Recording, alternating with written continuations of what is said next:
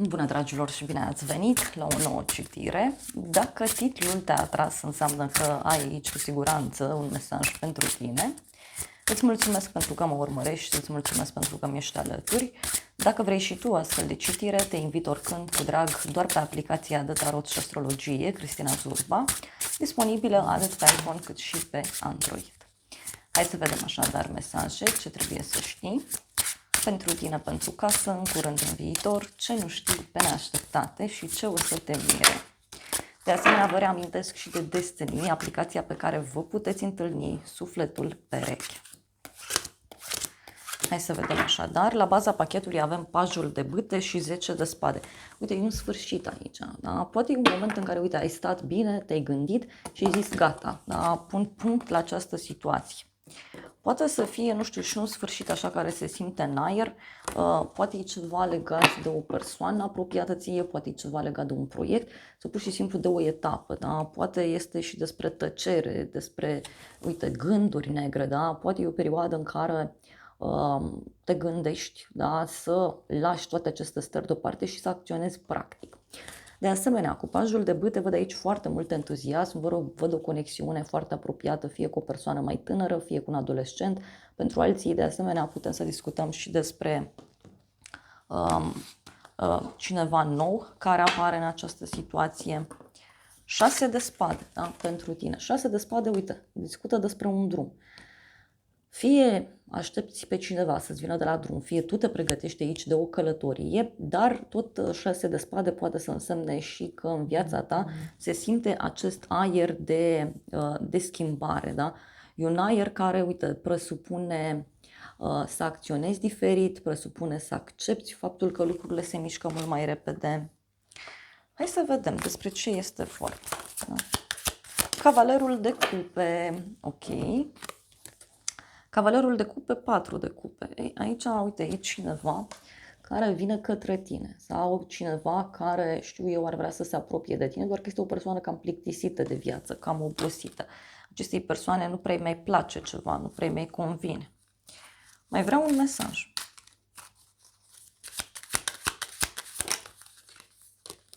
Și avem așa, 2 de monede pentru tine. Poate, uite, ești într-o perioadă în care stai, analizezi foarte mult o situație, 2 de monede poate să reprezinte și faptul că poate chiar unii dintre voi nu sunteți hotărâți în legătură cu ideea de dragoste sau poate aveți în jurul vostru pe cineva care e mereu pe drumuri și este o persoană în general nehotărâtă.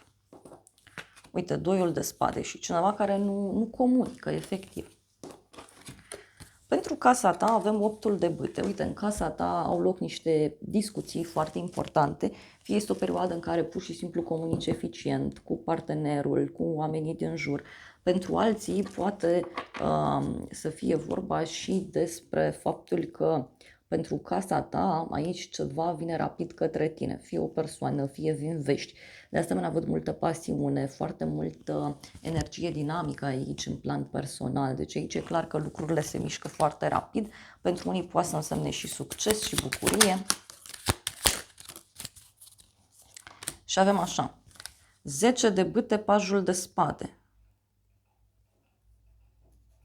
Cineva care simte aici o presiune foarte, foarte mare asupra sa și mai vezi și o persoană care e foarte curioasă, da? O persoană care vrea să știe mai multe, o persoană care își dorește să facă mai multe.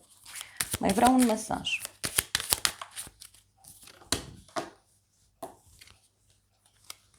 Asul de spade avem aici, da? Care, uite, clar, reprezintă o veste, da? Poate să reprezinte și o nouă regulă pentru casa ta. Poate să reprezintă, uite, și un adevăr pe care îl afli. Tot pentru casa ta, uite, avem Regina de Spade și Marea Preoteasă. O conexiune cu o zodie de aer, Gemeni, Balanță, Vărsător. Tot pentru casa ta, uite, discutăm și despre o persoană care e ceva mai rece, mai detașată. Este vorba despre o persoană care știe multe lucruri, are foarte multă cunoaștere și că și cum vrea să-și aranjeze totul într-o anumită ordine. Mai văd și o conexiune cu o femeie mai matură, este o femeie cu o experiență foarte puternică de viață, o femeie care are foarte multă cunoaștere și care la fel ar putea avea un rol important. În curând, îndrăgostiții, o legătură cu zodia Gemeni, în curând aici văd și o decizie importantă pe care o ai de luat între minte și inimă. Tot în curând văd aici o bucurie pentru sufletul tău, fie legată de o pasiune pe care o ai, fie este vorba despre o bucurie care ține de o relație de cuplu. Unii poate primiți niște vești legate de un cuplu din jurul vostru. Mai vreau un mesaj. În curând. Cavalerul de spade, deci o persoană, uite, foarte acidă, o persoană hotărâtă, directă, sigură pe ea. Și uite, avem aici un sfârșit, da? Deci ceva care se închide, ceva se finalizează. Optul de monede, în curând. Ce văd aici în curând cu optul de monede are legătură, uite, cu munca. Deci o persoană care îți dă o veste bună, care, uite, poate să țină de munca ta sau poate e cineva care se grăbește aici să vină să te ajute cu un anumit lucru. Uite, avem și cavalerul de bâte, deci aici discutăm despre o persoană foarte pasională, foarte energică, este o persoană glumeață, cineva care nu are răbdare de felul său. Dar și cineva, uite, care se simte trădat, cineva care se simte lăsat deoparte. În viitor, doiul de bâte, în viitor, ce văd aici este un plan pe care ți-l faci. E un plan care ține de viitorul tău, e un plan care ține de o călătorie îndepărtată. De asemenea, cu doiul de bâte putem să discutăm și despre faptul că aici îți faci tot felul de strategii. Unii poate primiți niște vești importante de la drum. Uite, avem judecata. Ei, aici e clar, deci dacă aștepți un răspuns de mult timp, să știi că el vine și este pozitiv. Mai vreau un mesaj. Ok. Și avem aici așa, steaua și doiul de cupe. Poate să fie și o veste pe care o primești în legătură cu o călătorie. Poate e o călătorie pe care nu ți-ai programat-o. Pentru alții, în schimb, putem să discutăm și despre faptul că aici e posibil să primiți un răspuns pe care îl așteptați de mult timp, un răspuns care, știu eu, poate să aducă o oarecare speranță, care poate să aducă o oarecare lumină de la capătul tunelului. O veste care ți aduce speranță, dar pentru unii poate să însemne și un adevăr de care aflați. Asul de monede, da? Un nou început, o nouă casă, poate să fie, uite, și un nou început din punct de vedere profesional. Ce nu știi tu, treiul de spade, aoleu, ce nu știi tu, e cineva aici care se simte foarte trădat, cineva care are inima frântă, este o persoană foarte dezamăgită și, de asemenea, ce nu știi tu are legătură și cu cineva care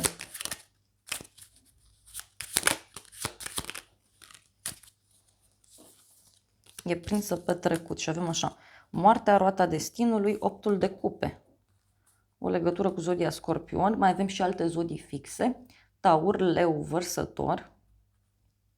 Uite, cineva care e pregătit să renunțe, da?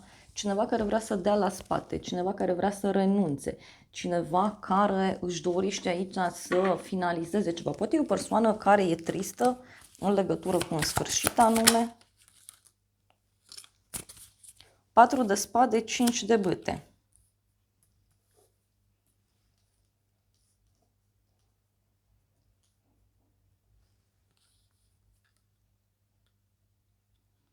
Patru de spade, 5 de bâte. Cineva care, nu știu, a obosit în legătură cu o ceartă, cineva care a obosit să acționeze într-un mod diferit. Poate o persoană care e provocată aici. Uite, avem 7 de bâte. O persoană care se revoltă, cineva care nu e de acord cu un anumit lucru.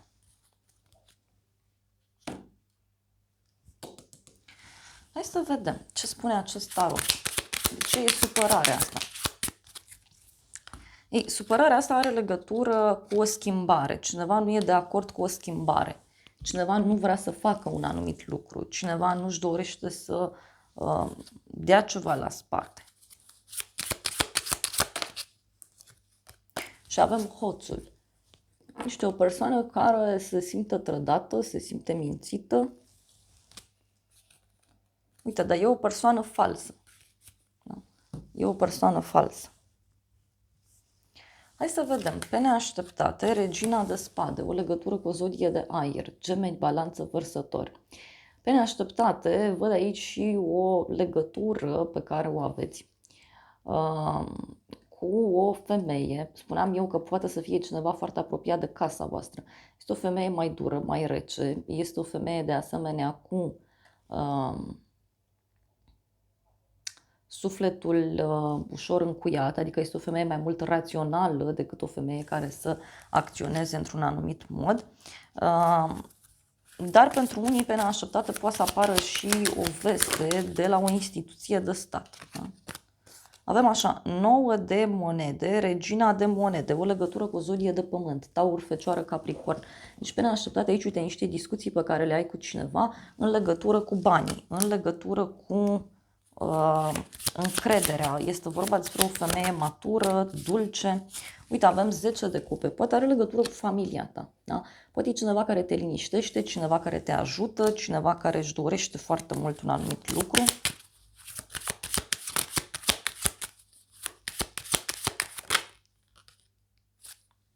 Marele preot. O legătură cu zodia Taur. Pe neașteptate. Poate să fie și o lecție pe care o înveți de la cineva anume, sau poate pentru unii să fie vorba și despre o persoană care e ca și cum îți dă un premiu, este lângă tine. Uite, avem soarele, deci pe neașteptate, o bucurie foarte mare pe care o ai. Da? O legătură cu zodia Leu. Are o legătură cu o realizare.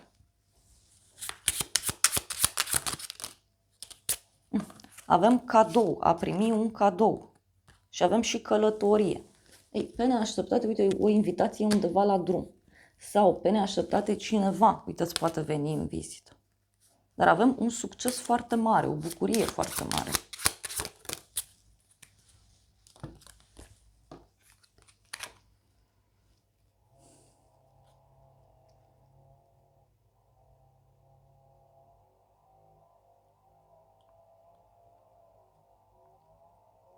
Uite, niște gânduri, da, negre, uite, cineva care este la limită și care pur și simplu, da, acționează. Cineva care este la limită și pur și simplu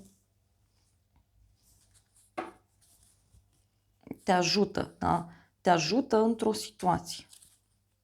Avem o călătorie îndepărtată, un copil mic, căsătorie și gândurile. Ei, aici, nu știu, pe neașteptate poate primești o invitație undeva sau niște vești importante care apar.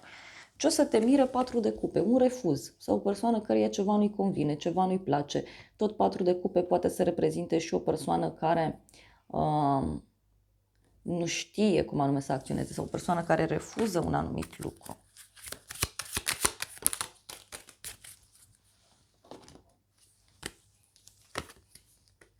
Regina de bâte, 4 de bâte, o legătură cu o zodie de foc, berbec, leu, săgetător.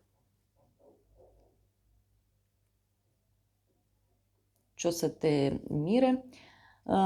Cineva, nu știu, care n-are chef să petreacă, cineva care n-are chef să facă un anumit lucru, cineva care refuză, poate să fie vorba și despre o persoană mai plictisită, nu știu, de petrecere, de o întâlnire, de ceva anume. O persoană mai emoțională aici. Și avem 3 de bâtei, avem o primă realizare totuși, o primă victorie. Poate într-un moment în care e o stare aici de plictiseală, de oboseală, de refuz, fix atunci lucrurile încep să arate diferit. Hai să vedem ce o să te mire.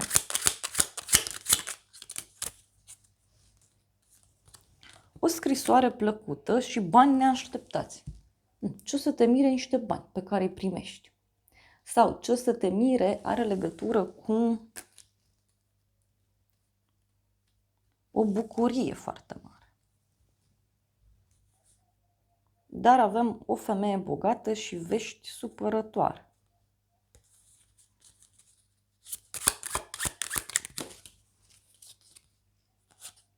Avem cartea căsătoriei și un copil mic. Aici, posibil ce o să te mire are legătură cu o veste, da? O veste care ține fie de un cuplu nou, fie este o veste care ține de un proiect nou, poate ceva legat și de un copil sau o persoană nouă, da? Care se ivește la orizont. Interesant. Hai să vedem ce zice și tarotul meu în situația asta. Aici văd eu că ceva trebuie hotărât. Uite, e ca la proces și judecată. E o situație în care se vor discuta lucrurile foarte deschis și aici văd că vei reuși ceea ce vei gândi. Apoi avem bani puțini și supărare. Cineva care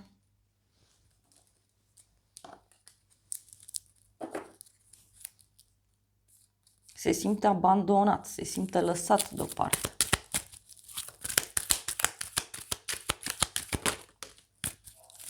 Avem aici o ceartă, noroc, da? Și cununie relații. Aici e vorba de o discuție în contradictoriu sau poate, bineînțeles, să fie vorba despre un conflict care apare.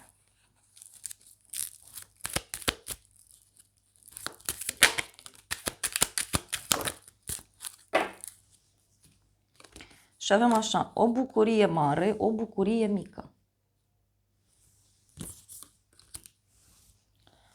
Aici, pe de o parte, e o veste care vine cu bucurie, pe de altă parte e și ceva ce nu-ți place.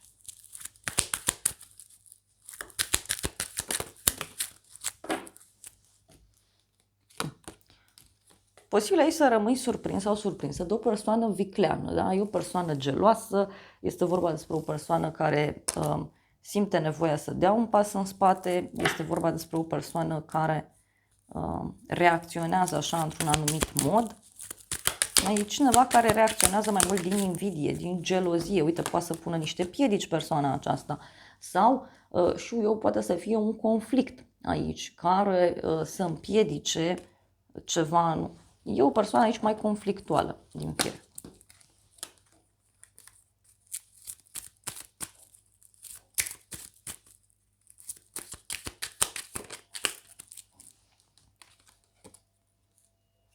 Dar uite, în final, e clar că mie mi-apar aici niște noutăți plăcute.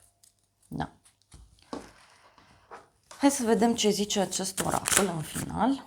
Oh, s-a întors o carte și avem așa, coroană, glorie, royalitate, suveranitate. Deci, cineva care totuși rămâne aici cu o coroană pe cap. Sau este vorba despre o femeie care are o responsabilitate. Poate e vorba și de o femeie respectată. Și avem mașină, călătorie, schimbare. Mai s-a mai întors o carte. Avem felinarul. Frică și dorință. A lăsat deoparte. Parcă e cineva care vrea să facă lumină într-o situație necunoscută.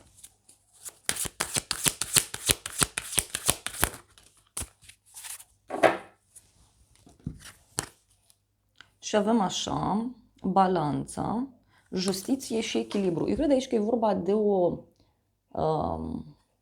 de dreptate. Da? Se face dreptate într-o situație. Se ia o decizie clarificatoare. Și apoi avem aurul, prosperitate, sănătate. Da? Deci poate și cu bani. Dragilor, acestea au fost previziunile de această dată. Eu vă mulțumesc pentru prezență, vă îmbrățișez cu drag, sper din suflet să vă fie de folos informațiile și să ne revedem cu bine și data viitoare. Eu vă doresc să aveți parte de o zi sau de o seară cât mai frumoasă.